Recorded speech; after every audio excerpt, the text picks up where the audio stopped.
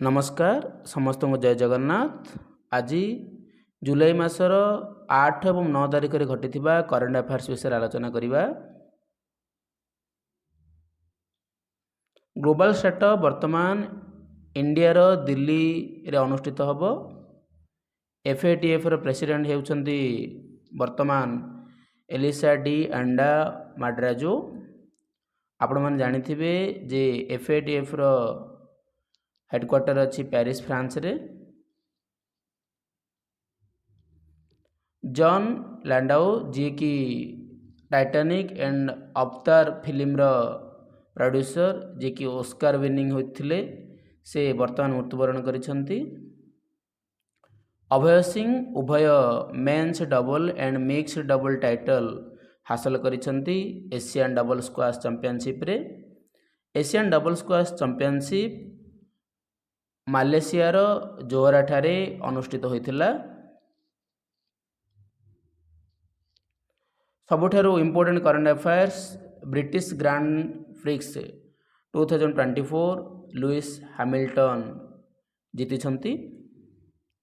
Tata power Uttar Pradesh रे घर घर solar initiative launch करिसंती।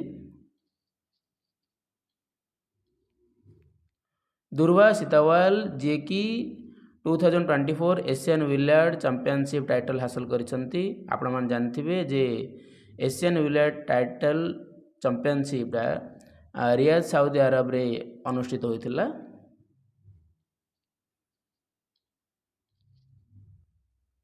Rachel Reeves वर्तमान यूके रो प्रथम फीमेल फाइनेंस मिनिस्टर होइछंती। तमिल राइटर शिवांश करी वर्तमान doctor C Narayana Reddy national literacy award को पाई सिलेक्ट होइछंती। ICICI लोमार्ड वर्तमान एलिवेट नामक AI power health insurance launch करिछि। बेलारूस 10म देश भावे SCO जोटा कि संघाई कॉर्पोरेशन ऑर्गेनाइजेशन रो मेंबर होइछि। SCO हेडक्वार्टर बेल्जियम चाइना रे अछि। DRDO लाइट टैंक जोरावर को वर्तमान अनवेल करिछि। सबुठार इम्पोर्टेंट करंट अफेयर जे PV सिंधु इंडिया रो फीमेल फ्लैग बेयरर होइछंती पेरिस ओलंपिक्स रो। सेमिति मेंस कैटेगरी होइछंती शरत कमल। आपण माने देखुथिबे पिक्चर रे। Uttar Pradesh government Mitra van launch करिसंती Nepal border रे। सबुठार इम्पोर्टेंट करंट अफेयर जोटा कि रोशनी नाडार मल्होत्रा फ्रांस रो हाईएस्ट सिविलियन ऑनर अवार्ड रे भूषित होइछंती। फ्रांस रो हाईएस्ट सिविलियन ऑनर होछि Chevalier de la Legion de honneur अर्थात knight of the legion of honour. Pankaj Agarwal वर्तमान हरियाणा रो चीफ इलेक्टोरल ऑफिसर भावे नियुक्त होइछंती।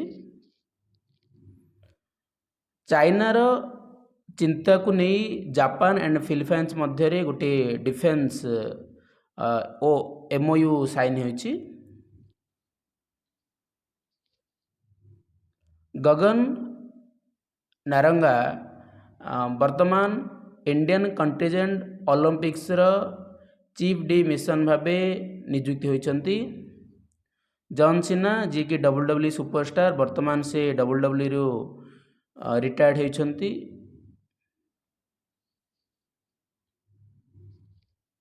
प्रेसिडेंट द्रौपदी मुर्मू भुवनेश्वर हरिडमाडा विलेज ठारे divine retreat centre of Brahmakumari जोटा कि इनागुरेट करिसंती।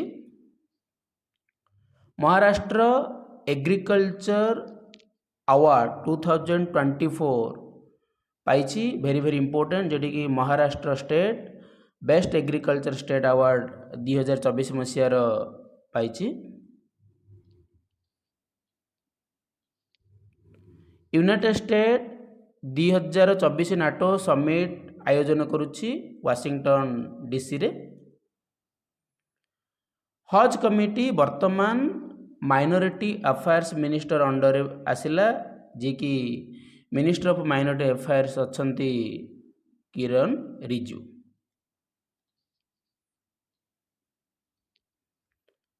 ଜେନେରେଟିଭ୍ ଏଆଇ ଇନୋଭେସନରେ ଭାରତର ସ୍ଥାନ ପଞ୍ଚମ, ଟପ୍ରେ ଅଛି ଚାଇନା।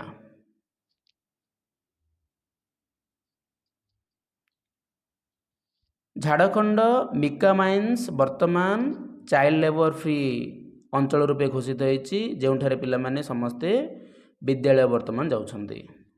Very very important.